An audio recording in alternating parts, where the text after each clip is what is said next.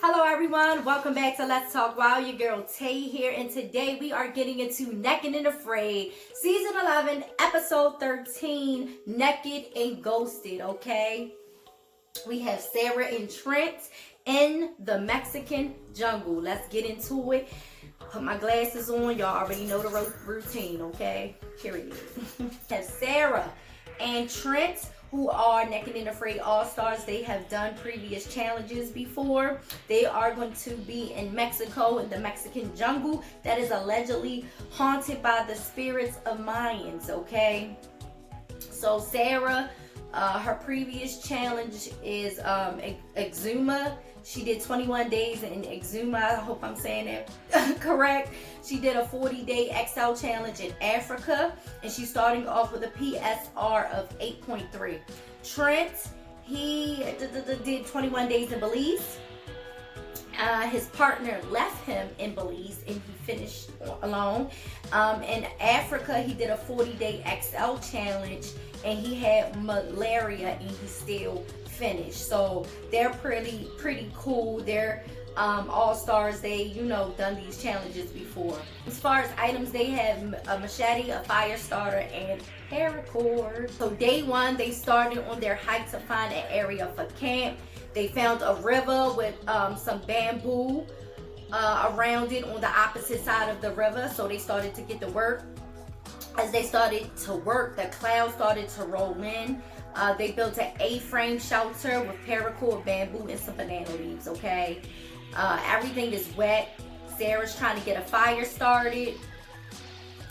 She gets it started. The rain starts, and now their main focus is keeping the fire going. Water starts to enter the shelter from the back. So they're like scooping out the water so it doesn't like flood their shelter and put out their fire. The river that they camp near is starting to rush and like fill. It's cold, like night one, it rained all night. It was cold, of course. Day two, Trent left some of his bamboo and building material on the opposite side of the river. So, he wants to get on the opposite side before it starts raining again and the river rises and he can't get back across to camp, okay? They build some raised beds. They're really thirsty at this point. Trent built a water catch for rainwater with banana leaves and some bark or a log to catch the water at the bottom. So basically, he took some long banana leaves and, he put them together like a funnel. He put them together and tied it with, I believe, some cord or something, and it was like flared out. So when the water comes into the banana leaves, it just falls down and then falls and rolls onto the banana leaves and onto the log. So that was awesome. Shout out to Trent, clean water and all that. Day two, already know it's raining, it's cold again. Day three, they're hunting today. They started hearing sounds while they were walking. They look in the trees to see the monkeys. Trent said, no, it's something else. This place is haunted. He got spooked, so they left. It started raining again, and it was very misty. The horizon in the valley was very orange. It was like an orangey mist, an orangey hue in the sky. Night three, it was raining again. They're still hearing noises.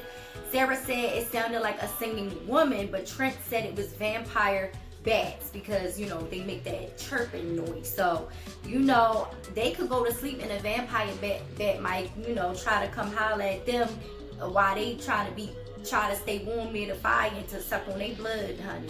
Day four, Trent added some banana leaves to the shelter. Sarah built a mantle to help keep them warm in the shelter because she's saying basically the heat is just like going right out. So she built a mantle. Day five, Sarah went bug hunting, found and caught some katydid leaf bugs and cooked and ate them, okay? Day eight, it's still raining. Trent is concerned about a mudslide coming down the mountain and washing away them in the shelter, okay? They hear a loud bang outside the shelter on night 9. Day 10, they come out, they walk down the loud noise that they heard the night before. They think it was a mudslide near the shelter, okay? Trent is even more concerned, but they still stay in the area and stay where they're camped. Trent goes out to set some snare traps. Sarah is collecting firewood. They ran out of dry firewood the night before, so she's trying to keep up with that. Day 10, they're very cold. Even with the dry wood and fire going, they spent all night keeping the fire going, but it didn't rain, so I guess that was a good thing. Day 11, Sarah is tired and needs to sleep, and the lack of it is getting to her, okay? She wants to sleep during the day, but it's like things need to be done with the shelter and with collecting firewood. It's always something to do. Trent checks his snare traps, nothing, of course. Night 11, it was a huge storm. Lightning hits the roof of their shelter and lights it on fire. The river is raising and the shelter is flooding. Like, they had several different things that was going on all in that night. It was just too much. It was too much. Day 12, they don't have energy to rebuild the shelter. They call in the producers to talk. They tap out. Trent said he tapped out to save himself, and Sarah wanted to finish but was tired and frustrated.